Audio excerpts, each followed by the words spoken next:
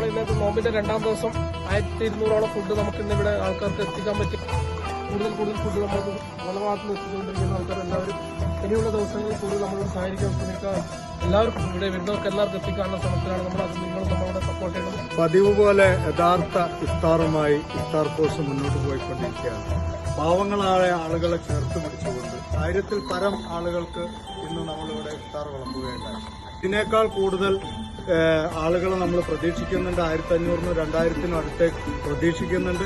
അതിനു വേണ്ട എല്ലാ സഹായ സഹകരണങ്ങളും ഇത് കേൾക്കുന്ന എല്ലാവരും നൽകി ഈ മഹത്തായ ഉദ്യമത്തിൽ പങ്കാളികളാകണമെന്ന് വളരെ കൃത്യമായിട്ട് ഓർമ്മപ്പെടുത്തിക്കൊണ്ട് നിർത്തട്ടെ. വളരെ അർഹതപ്പെട്ട ഒരു വേദിയാണത്.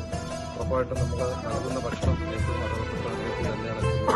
2ാം നാളിലും വളരെ ഭംഗിയായി നമ്മൾ ഇഫ്താർ കോഴ്സിന്റെ കൂടെ ചേർന്ന് നമ്മളെല്ലാവരും നമ്മുടെ കുട്ടികളും ഫാമിലികളും എല്ലാവരും ഒത്തൊരുമിച്ചുകൊണ്ട് ഇന്നത്തെ ഈ 2ാം നോമ്പ് തുറയും കൂടി നമ്മൾ പൂർത്തീകരിച്ചു കഴിഞ്ഞു. ഇനിയും ഇപ്പൊ ഈ ഞങ്ങളെ ശ്രമിക്കുന്നവരും ഞങ്ങളെ കാണുന്നവരും ഞങ്ങളായി ഇതായി സഹകരിക്കണമെന്ന് വീണ്ടും നിങ്ങളോട് അപേക്ഷിക്കുകയാണ്. കാരണം ശരിയായ അർഹതപ്പെട്ടവരിലേക്കാണ് നമ്മൾ എത്തിക്കുന്നത്. ഇഫ്താർ ഫോഴ്സ് എന്നുള്ള ഒരു ഗ്രൂപ്പ് തന്നെ ഉണ്ടാക്കിയത് അതിൽ ജാതിയോ മതമോ രാഷ്ട്രീയമോ നാടോ വീടോ ഒന്നുമില്ലാതെ എല്ലാവരും ഒറ്റക്കെട്ടായി ഒരേ മെയ്യോട് കൂടി നിൽക്കുന്ന ഒരു ഗ്രൂപ്പാണ് ഞങ്ങൾ. അതുകൊണ്ട് നിങ്ങൾ എല്ലാവരും ഞങ്ങൾ ശ്രമിക്കുന്ന എല്ലാവരും ഇതുമായി സഹകരിക്കണമെന്ന് വീണ്ടും അപേക്ഷിക്കുകയാണ്. നന്ദി, നമസ്കാരം.